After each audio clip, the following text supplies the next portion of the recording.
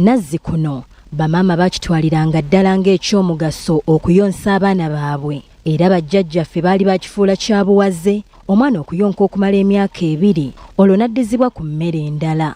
Emirembe bwe gigenze gikyuka nga ne bamaama b'ensangi zino obuvunaanyizibwa babukwasaganyiza ddala kyenkanyi ng'abasajja olwo bangi ebyokufaayo okuyonsa abaana ne babivaako era ng'abaana bangi bakulira ku mikebe gy'amata.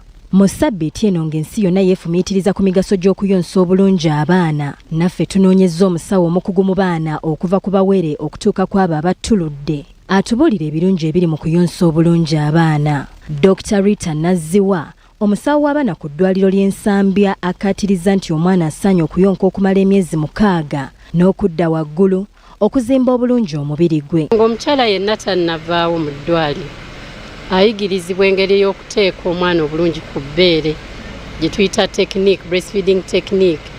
Naffe nga tukola ward round abaana abawere nga tetunnamusiibula, tetusiibula maama nga tetunnalaba ng'ayonsa bulungi omwana. Bamaama abayonsa okuyonsa obulungi abaana nga bwe baba balagiddwa abasawo kye bakola kirimu akabi k'amaanyi ddala era ng'omusawo bw'annyonnyola. Ate buli maama bw'alwawo okuyonsa oba okukamula amabeere nago gakendeera.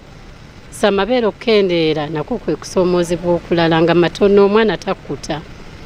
N'ekirala oluusi amabeere gano galwala naddala omwana waba tateekebwako ku bbeere bulungi mu position ennungi.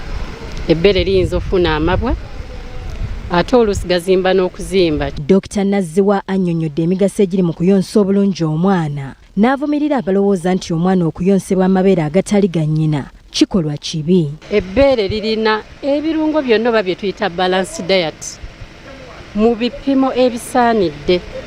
Mulimu carbohydrate z'emmere ezituwa amaanyi, ebirungo bye tuyita proteins oba ze tugamba ebikuza, ne mubeeramu mu luzungu gye tuyita fats. Atubuulidde enjawulo eriwo kw'olabira omwana eyayonka n'oyo eyakulira ku mata g'emikebe. Ekika ky'amasavu agali mu mabeere g'omuntu tegasangibwa mu bisolo, go gali special nti Mukama yagakola nga gayamba obwongo okukula obulungi. Ate gayamba ne IQ gye tuyita obugezi, era omwana ayonseeko ate ayinza okuba omugezi ku mulala. Waliwo n'eŋŋombo nnyingi ezitambula ennaku zino nga ziremesa bamaama okuyonsa abaana baabwe, nga zino zonna omusawo agambye nti za buwuddiisa bakyala na kubajja ku mulamu ogw'okukuza obulungi abaana. Mwattu abakyala oba abawala balowooza nti bw'oyonsa ebbeere lyo ligwa, naye bambi si kituufu. Ekireetera obbeere oggwa mu bakazi, ffe ebirungo byaffe oba kemiko ze tuyita homoni zikyuka.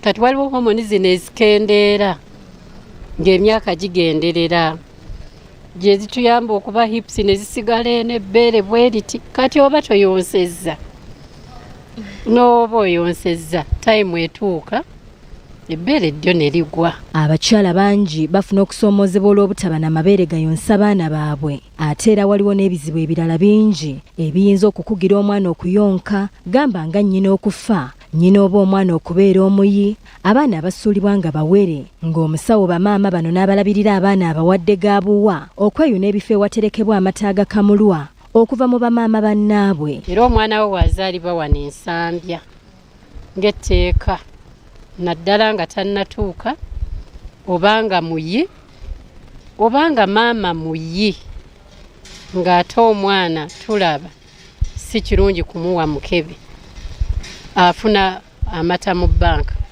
ate tegatundibwa. Patricia Nakayima, BBS Terefayina, ageesigika.